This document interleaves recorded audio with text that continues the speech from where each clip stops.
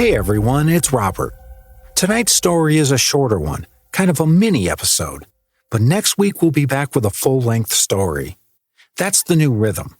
Full episodes every other week, and smaller ones like this in between. All right, let's get to it. It's after midnight when Jean Williams wakes up to the sound of running water. At first she thinks it's the bathroom sink. Her husband must have left the tap on again. But when she gets up and walks down the hall, she realizes it's louder. It's every faucet in the house. The kitchen, the bathrooms, even the outside spigot by the garden hose, all of them, full blast. She shuts them off one by one, water splashing over her hands.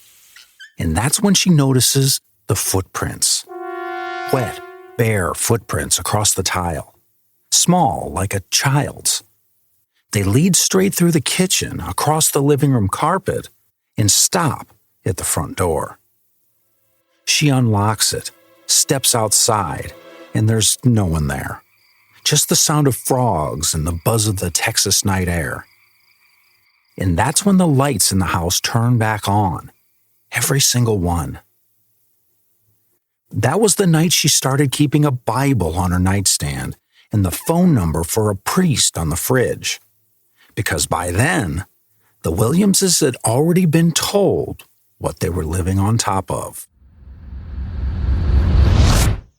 The neighborhood was called Newport, a quiet little subdivision just outside Houston, Texas. Brand new homes, small yards, chain link fences, the hum of sprinklers in the summer. Nothing about it looked unusual.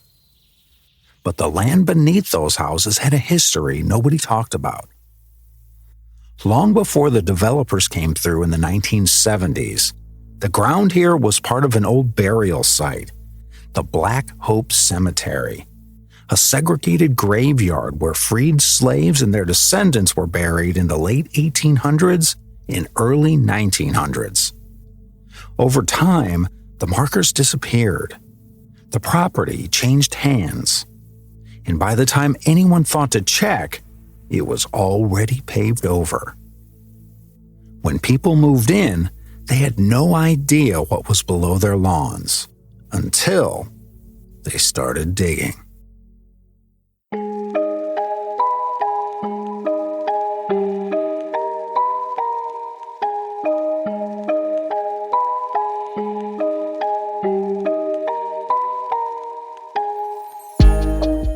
I'm your host, Robert Barber. Tonight's story takes us to Crosby, Texas, a quiet neighborhood built on fresh ground. New homes, new lives, and underneath it all, something no one was meant to disturb. This is the story of the Black Hope Cemetery and what happens when the past doesn't stay buried. This is State of the Unknown.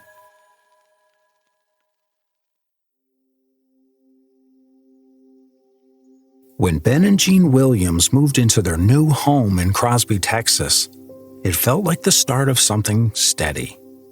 Quiet streets, kids riding bikes, box fans humming against the summer heat. They'd saved for this house. It was supposed to be the reward after years of renting. The first few weeks were normal, just settling in, figuring out which light switch did what.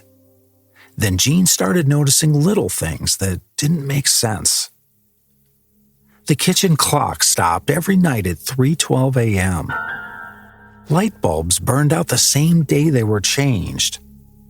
Water pressure dropped, then roared back up without anyone touching the handle. They blamed new construction quirks. But soon the noises started moving. Footsteps in the hallway when both of them were in bed. A faint dragging sound along the wall, like someone tracing a hand over the paint.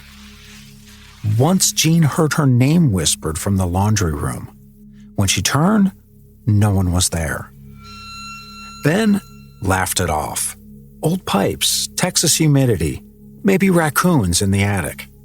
Then, in early 1982, their neighbor Katie James went out to plant a tree. Her shovel hit wood. She thought it was a root until the dirt caved a little and the metal edge rang hollow. She cleared the soil away and saw the curved lid of a coffin. Inside lay the outline of a body wrapped in fabric so old it fell apart in the breeze. The sheriff came, took photos, and called the county. Workers marked the spot with stakes and promised to relocate the remains. They said it was probably a forgotten family plot, nothing to worry about. For a week, the neighborhood stayed quiet, until Jean woke one morning to find two neat mounds of freshly turned soil right where the coffin had been. No footprints, no tools, just the smell of wet earth. From then on, the house never felt right. Doors opened on their own. The television flipped to static. At night, Jean saw blue-white lights gliding across the yard, slow and deliberate, like lanterns moving between invisible markers. She started keeping a Bible on the nightstand and the phone number of a priest on the fridge.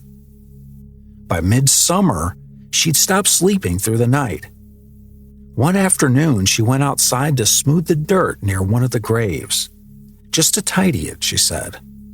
She bent down with the shovel, straightened, took a breath, and fell. Neighbors found her moments later. The coroner called it a heart attack. Jean Williams was 45. Ben buried her in a proper cemetery a few miles away.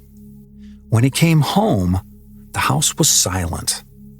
He said it wasn't grief quiet, it was the kind that listens. After Jean's death, fear spread through Newport. Some families packed up and left. Others began digging, hoping to find proof that what they'd heard was true. They didn't have to dig far. More coffins surfaced, planks collapsing, nails rusted, fragments of fabric still clinging to bones. County officials eventually admitted the truth. The subdivision sat atop the Black Hope Cemetery, a burial ground for freed slaves and their descendants from the 1800s and early 1900s. At least 60 graves were recorded. No one knew how many remained. Old-timers around Crosby said they'd try to warn the builders. They remembered funerals out here decades earlier, hymns under the trees, small wooden crosses. But by the time the development broke ground, the markers were gone and the paperwork was lost in courthouse archives. In 1983, Ben Williams and 11 neighbors filed suit against the developer and the county. They argued that their homes stood on top of unremoved graves and that no one had told them the land was once sacred ground.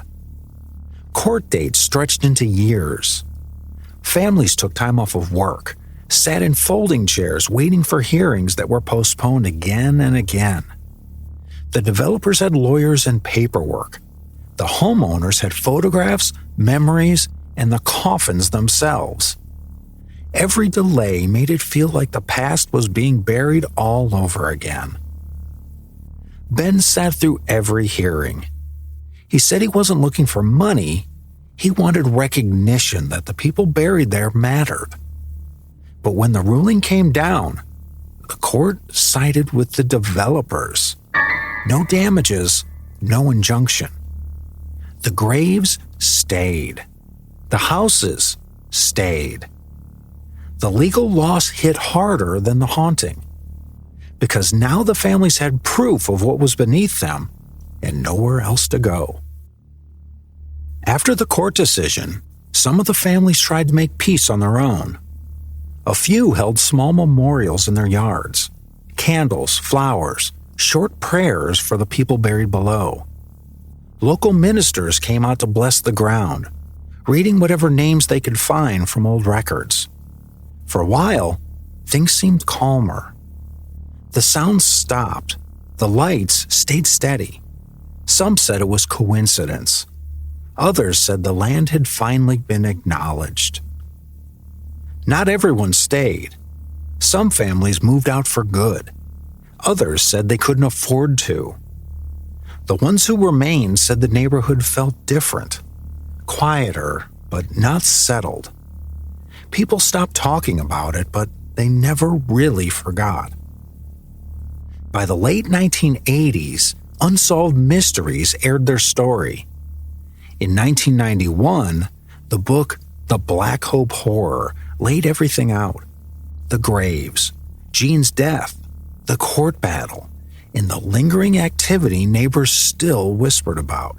Faucets turning on, lights blinking in unison, the sense that something beneath the soil still wanted attention. Today, Newport looks ordinary. Mailboxes in neat rows, children chasing each other between yards. But the people who lived there through those years say it never really felt ordinary again.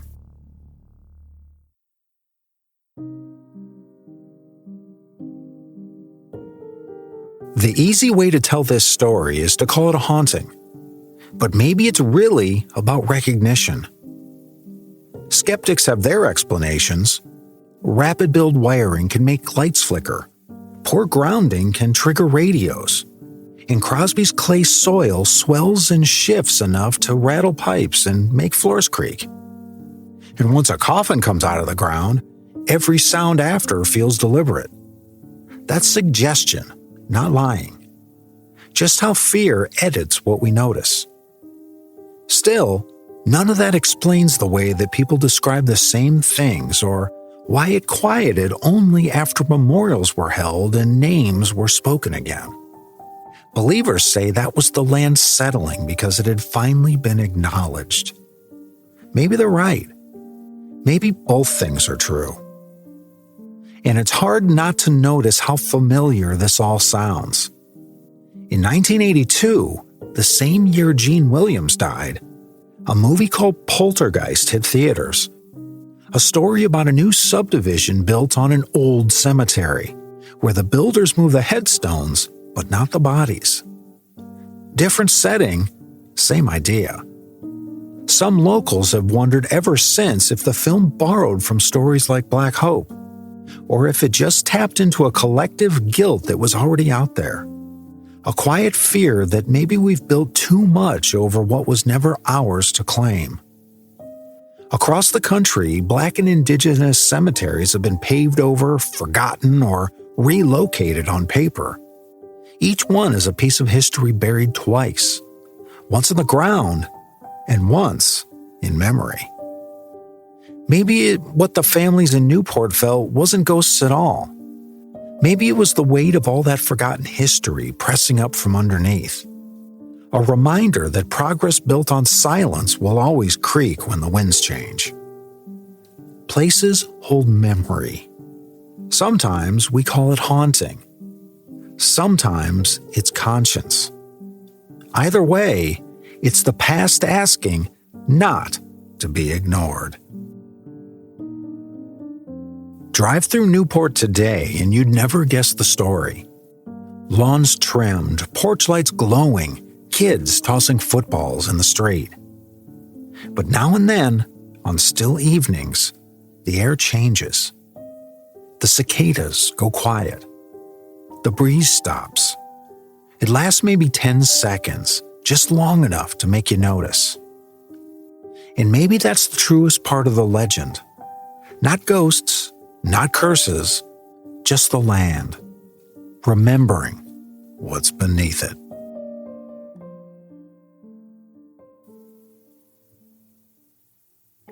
This has been State of the Unknown. A new neighborhood built for the living. Fresh lawns, bright porches, and a history that never really left. Beneath those foundations, a burial ground, names scattered by time, stories quiet until someone dug too deep. For more than 40 years, Black Hope has remained. Not as fiction, but as proof that the past doesn't vanish when we pave over it. Maybe the most human kind of haunting isn't a sound in the dark. It's memory, finally heard. If you've been enjoying State of the Unknown, thank you for listening and helping this little show grow. The best way to support it is simple. Leave a quick rating or review. On Spotify, it's just a tap. On Apple Podcasts, a few words makes a huge difference. I read every single one. Until next time, stay curious, stay unsettled, and if you pass a quiet stretch of ground, tread lightly. Some memories still move in the dark.